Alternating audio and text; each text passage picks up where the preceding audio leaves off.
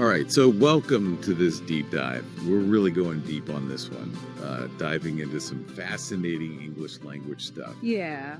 You provided two sources for this. Yes. The first one is Advanced English, Idioms, Slang, and Cultural Context. Okay.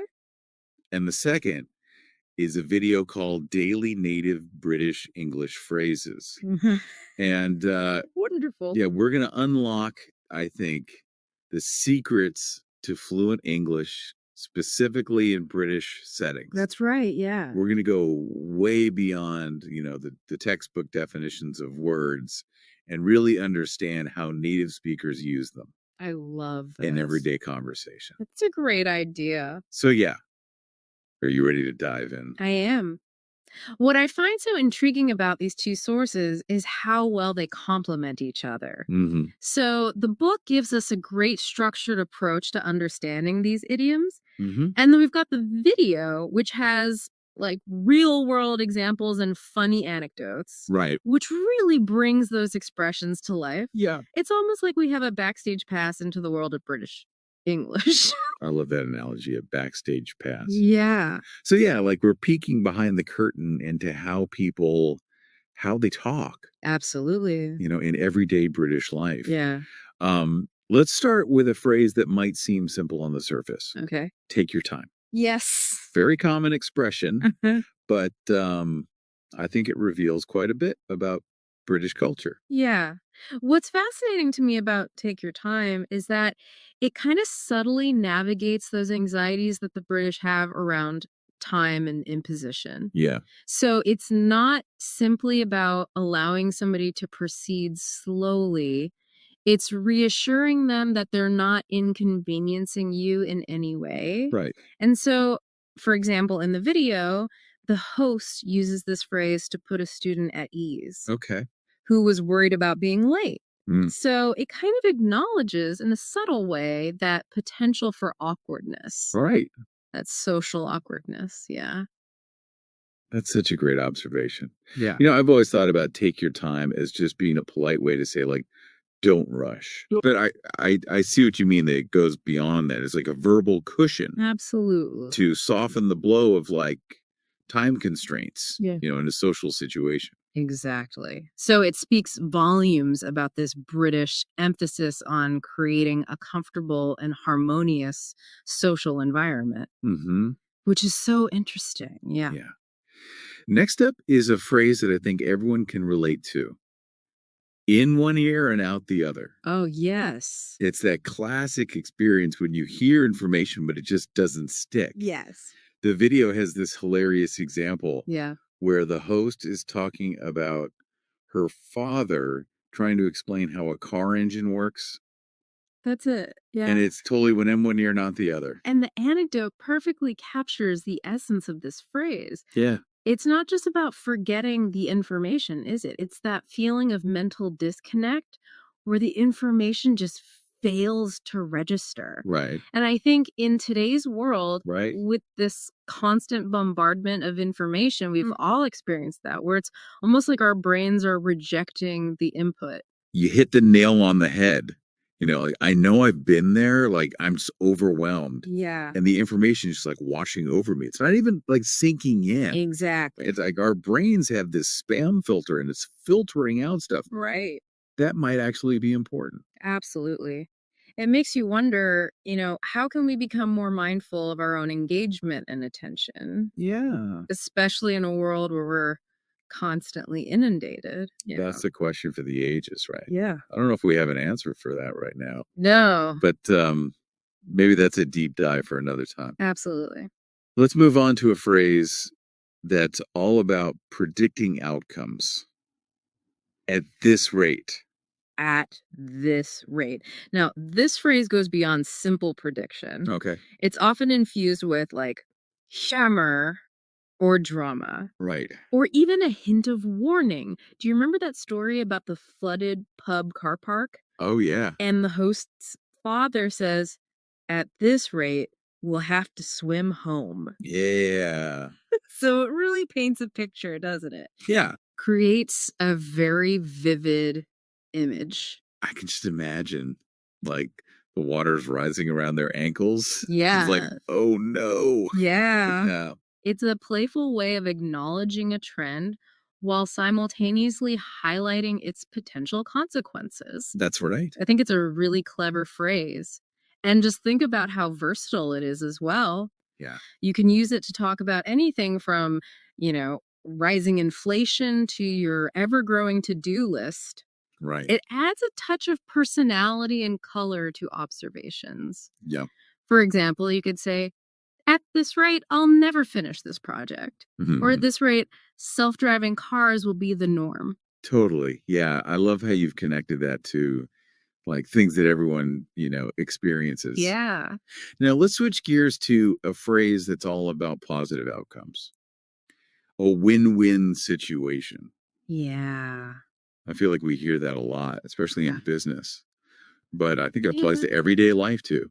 Absolutely. I mean, win-win situation, it's about more than just dividing resources equally, isn't it? Yeah. It's about finding those creative solutions that benefit everyone involved. Yeah. And I think the example in the video about the London office with the leisure facilities, Right.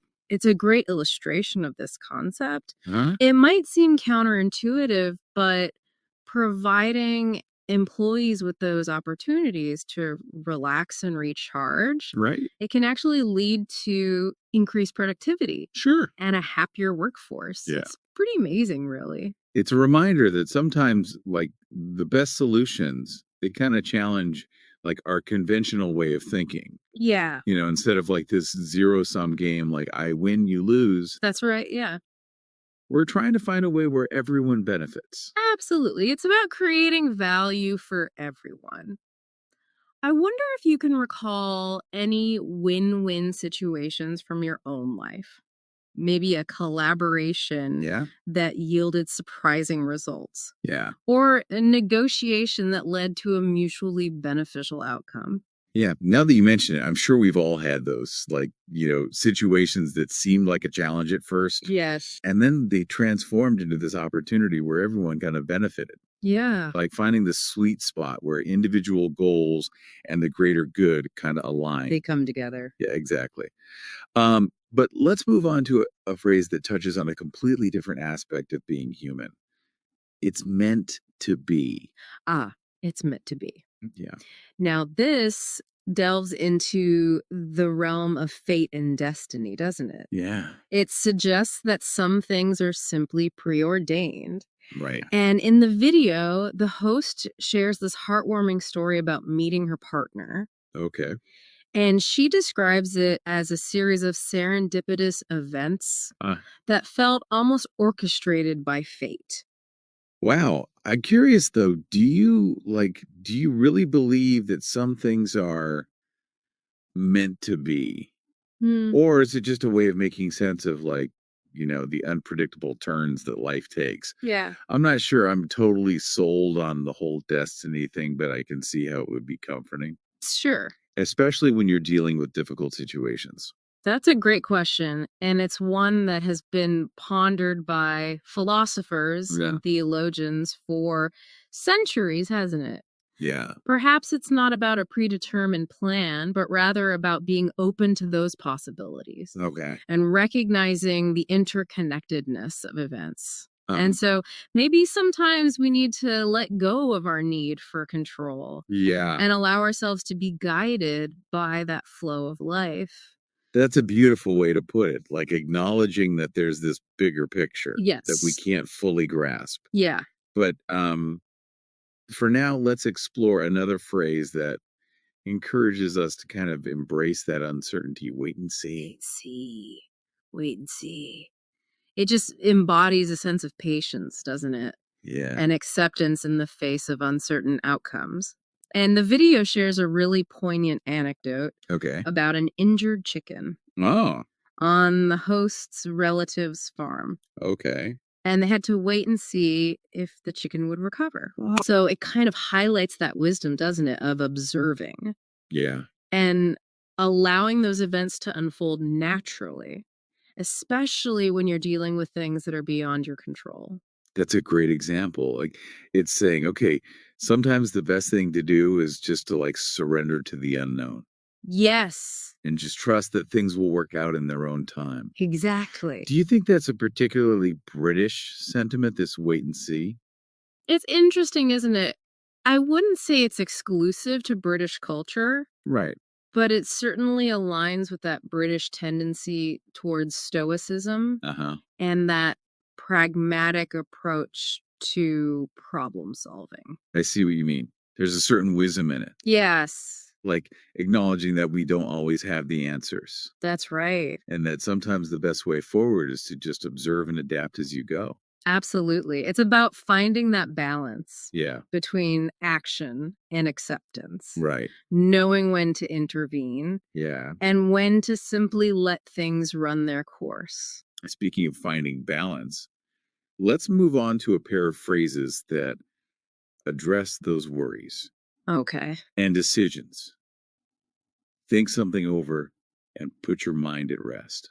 Yes, these phrases beautifully illustrate that interplay, don't they, between logic and emotion Yeah. in the decision-making process. Okay. So think something over. It really encourages careful deliberation, Right. weighing those pros and cons before reaching a decision. Yeah. And the video host uses a great example. Oh, yeah. She talks about needing time to consider a proposal.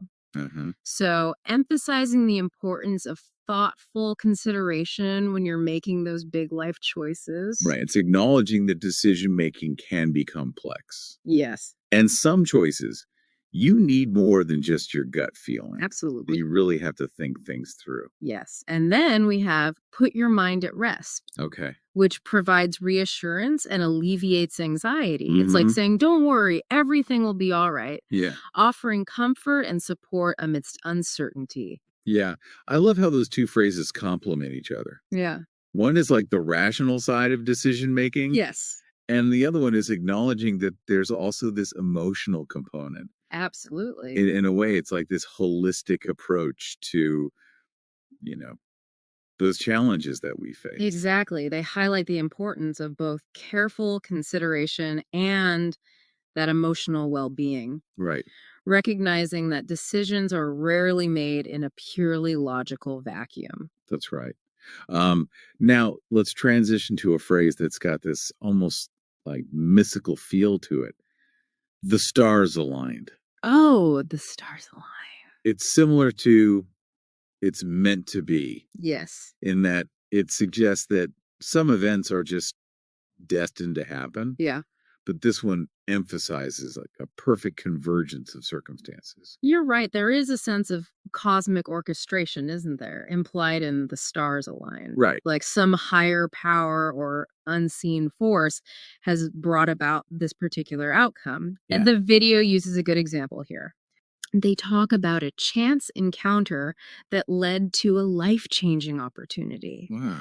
highlighting the role of serendipity and timing in shaping those destinies. That's a really captivating thought. Yeah. That sometimes, the universe conspires to bring about certain events. Yeah. But I do wonder, is it always about destiny? Mm, Or could it be that sometimes you're just in the right place at the right time right. with a little bit of luck thrown in? That's a great point. Perhaps it's not always about that grand plan, Yeah. but rather recognizing and seizing those opportunities Okay. that present themselves however they arise. Yeah. Maybe it's about being open to the unexpected and allowing ourselves to be guided by intuition and circumstance. I like that perspective. Mm-hmm. It's not so much about, fate being predetermined, Mm-hmm. but it's more about the power of individual choice and action within the context of this larger unfolding. Yeah. Speaking of unexpected encounters, let's explore the phrase cross paths. Cross paths. It really captures those moments, when our lives intersect with others in these surprising ways. Yeah. I love how you did that transition, by the way. Very smooth. But yeah, cross paths speaks to that serendipitous nature of human connection. Absolutely. The video The host mentions crossing paths with someone at a conference. Yes. Highlighting how even these fleeting encounters can have a profound impact. Makes you think, doesn't it? Yeah. It reminds us that every interaction, no matter how brief, could spark a chain of events. Wow. That alters the course of our lives. It really makes you wonder. Yeah. About all the people we've crossed paths with and how those seemingly insignificant moments might have shaped our journeys in ways that we don't even realize. Absolutely. It's a humbling thought. We're all interconnected in ways we may never fully comprehend. It is humbling, right? Yeah. It makes you realize that every encounter, no matter how fleeting, it's an opportunity, whether it's connection or growth, even just a simple act of kindness. Absolutely. It's about embracing the interconnectedness of life. Right. And appreciating those ripple effects of our actions, however small they may seem. Now, let's shift gears and explore a word that's become super popular lately. Aesthetics. Aesthetics. Yeah. It's about more than just visual appeal, though, isn't it? Right. It delves into that realm of sensory experience, encompassing the appreciation of beauty and artistry in all its forms. Right. And the video host, she mentions her love for the aesthetics of cars. Oh, cool. Highlighting how this word can be applied to those everyday objects that we find visually pleasing. Yeah, it's interesting how that word aesthetics has moved beyond art and design. Yes. And now it's this broader term for anything that appeals to our senses and evokes a sense of beauty or pleasure. It's like we're all becoming more aware of those finer details of our surroundings and appreciating beauty in the everyday. It speaks to a growing awareness, I think, of the impact our environment has on our well-being. We're recognizing that beauty isn't just something to be admired in museums or galleries. It's something that we can cultivate in our own homes, workplaces, even in the way we dress and present ourselves. And I think social media plays a big role in that too, don't you think? Absolutely. Yeah. We're just constantly seeing these images, and that's heightened our awareness of visual aesthetics. Yes, our visual landscape has become increasingly sophisticated, hasn't it? Yeah. And it's influencing those perceptions of beauty, style, design. Yeah, totally. Before we wrap up this section, let's have a little fun with some slang. Juicy details. Juicy details. That phrase instantly piques your curiosity, doesn't it? Yeah. You just want to lean in and hear more. So tell me more. Yeah. Juicy details. They're those intriguing bits of information that add spice to a story. Right. It's that gossip, that behind the scenes scoop, the things that make a narrative really come alive. Right. And the video host mentions sharing juicy details about an engagement. Yes. So it's often used in social contexts when you're sharing exciting or surprising news. Yes, exactly. I feel like it's like the conversational equivalent of dessert. Oh, I like that. It's that extra sweetness that makes a story more enjoyable. Yeah. But also, I think juicy details speaks to our human desire for connection. Absolutely. And shared experiences. Yeah. We love hearing about other people's lives. Yeah. And those little details make the stories more real and relatable. I couldn't agree more. It's about finding those common threads that bind us together and recognizing those shared human experiences that transcend cultural boundaries. So these phrases and words have taken us on this really interesting journey through the nuances of British English. They have. But I want to go even deeper. Okay. Ready to explore some cultural insights. Yes, let's do it. And connect these phrases to a broader context. I think it's amazing how language can give us insights into a culture's values, its social norms. It's like this secret code, isn't it? Yeah. That reveals how people see the world and how they interact. It's like we've been piecing together this puzzle. Yeah. Cultural puzzle. Exactly. So what kind of cultural insights really jumped out at you from these sources? Well, one of the most prominent things to me is that emphasis on politeness. Okay.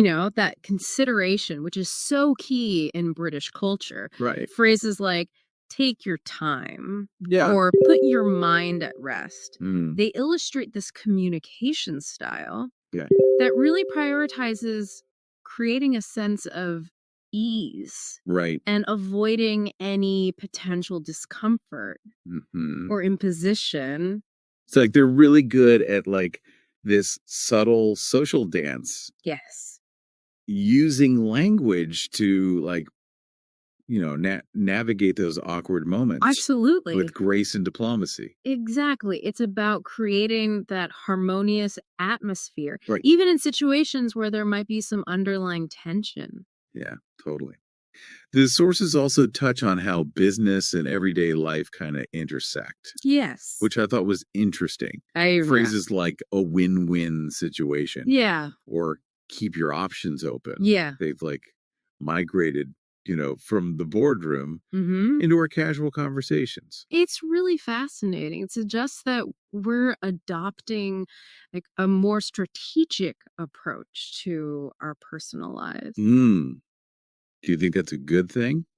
Or is it maybe eroding the boundaries between, work and leisure? It's a really good question. Perhaps it's a double-edged sword. Okay. So, on the one hand, it could be seen as this reflection of adaptability that we can, apply those problem-solving skills to different areas of our lives. Right. But then on the other hand, as you said, it could blur those lines Yeah. between the professional and the personal. Yeah. Leading to that sense that we're always on. Something to think about. But before we get like too deep into that, Yeah. let's go back to a theme that's come up a few times: fate and destiny. Yes. So we've got phrases like "it's meant to be" or "the stars aligned." And they show this cultural fascination with the idea that some things, well, they're just meant to happen. I think it speaks to our desire for meaning and purpose, doesn't it? Yeah. It's comforting to think that there's a bigger plan. Yeah. Even if we can't quite understand it. It's like surrendering to that mystery of life. Yes. Like acknowledging that there are forces beyond our control. Yeah. Guiding us. Absolutely. And maybe there's a certain wisdom in that surrender. Yeah. In learning to trust the unfolding of events. Yeah. And embrace the unknown. This has been, well, eye-opening. It has. We went way beyond those simple definitions. We did, yeah. To uncover those nuances and the hidden depths of these phrases that we use all the time. It's been a pleasure exploring these linguistic treasures with you. Likewise. It's amazing what we can learn about a culture. Yeah. Just by paying attention to the way people use language. I encourage everyone to really listen. Yeah. To the conversations around them. Yes. Pay attention to how people use language. Yeah. To express themselves, to connect with each other. Absolutely. To make sense of the world. And as you continue your own language journey, keep this in mind. Learning idioms and colloquialisms. Yeah. It's not just about expanding your vocabulary. Right. It's about gaining a deeper understanding of the heart and soul of a culture. It's about unlocking those secrets of human connection. Yes. And discovering how we communicate. Yeah. Thanks for joining us on this deep dive. It's been a pleasure.